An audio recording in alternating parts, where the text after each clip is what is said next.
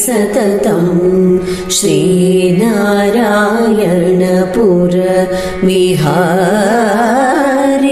विहारिणीं भक्ताभीष्टदायिनीं सकल पाप निवारिणीं चिन्तयामि सततं श्रीनारायणपुर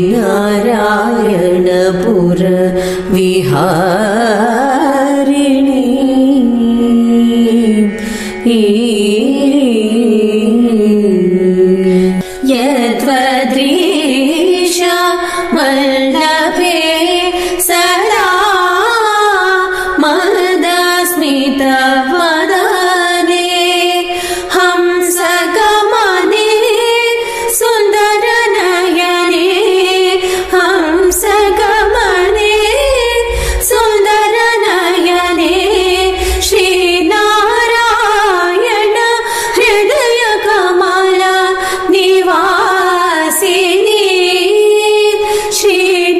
श्रीनारायण हृदयकमल निवासिनी कृपावर्ष समोहिनी चिन्तयामि सततं श्रीनारायणपुर विहारिणी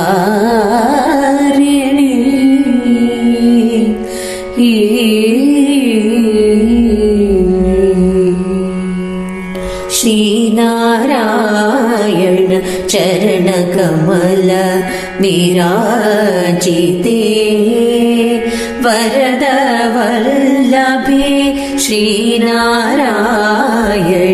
चरणकमल विराजिते वरद वल्लभे प्रियं कुलधनं परमबन्धु आपत्सकं मातरं प्रियं कुलधनं परमबन्धु आपत्सकं मातरं कल्याणी तीरविहारिणी श्रीचरणवासिनी गुरुप्रणतवत्सलं प्रभुं पितरमीश्वरं कल्याणी तीरविहारिणी श्रीचरणवासिनी गुरुप्रणतवत्सलं प्रभुं पितरमीश्वरं मातरं मातरम्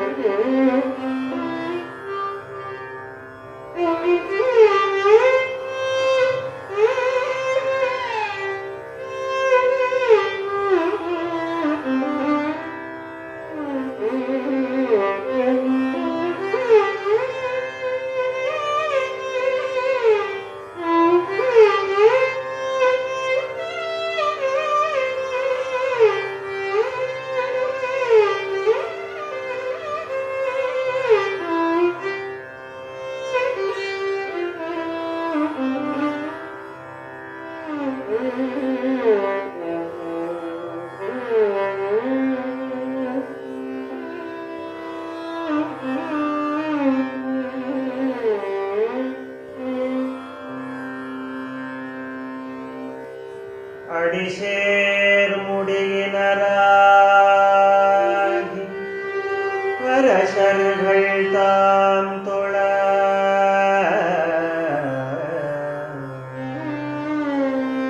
इडिसेर मुरशंगळ मुत्तत्तियंबगिरुंदवर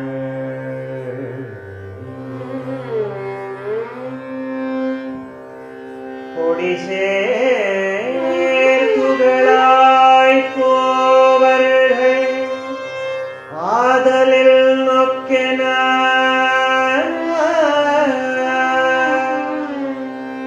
கடிசேர் துளாய்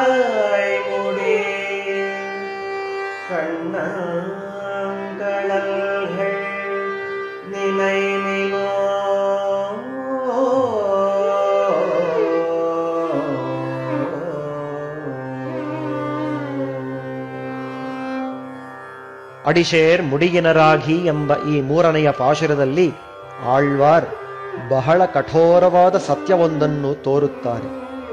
ಹಲವು ಅರಸರು ತಾವಾಗಿಯೇ ಬಂದು ಕಾಲಿಗೆ ಬಿದ್ದು ನಮಸ್ಕರಿಸಿದರೂ ಅವರೆಲ್ಲರನ್ನೂ ಅನಾದರಿಸಿ ತನ್ನ ಭೋಗದಲ್ಲಿ ಮುಳುಗಿರುವಷ್ಟರ ಮಟ್ಟಿಗೆ ಸಮಸ್ತ ಸಾಮ್ರಾಜ್ಯ ಚಕ್ರವರ್ತಿಯಾಗಿ ಮೆರೆದವನೂ ಕೂಡ ಒಂದು ದಿನ ಮಣ್ಣಲ್ಲಿ ಮಣ್ಣಾಗಿ ಹೋಗುತ್ತಾನೆ.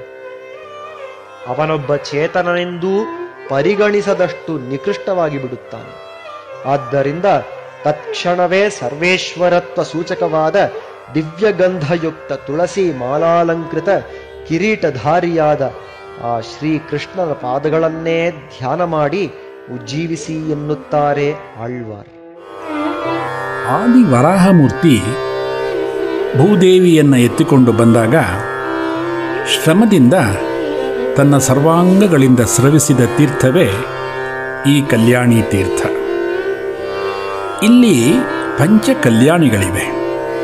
ಎಲ್ಲರ ಪಾಪಗಳನ್ನು ಪರಿಹರಿಸುವ ಗಂಗೆಯು ಸಕಲ ತೀರ್ಥಗಳೊಡನೆ ಕೂಡಿ ತನ್ನ ಪಾಪವನ್ನೆಲ್ಲ ಪರಿಹಾರ ಮಾಡಿಕೊಳ್ಳಲು ಫಾಲ್ಗುಣ ಮಾಸದಲ್ಲಿ ಈ ಕಲ್ಯಾಣಿ ತೀರ್ಥದಲ್ಲಿ ವಾಸ ಮಾಡುತ್ತಾಳೆ.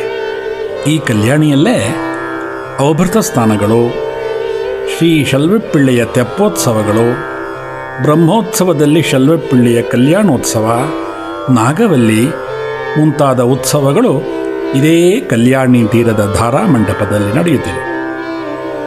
ಇದರ ಸುತ್ತಲೂ ಸುಂದರವಾದಂಥ ಮಂಟಪಗಳು.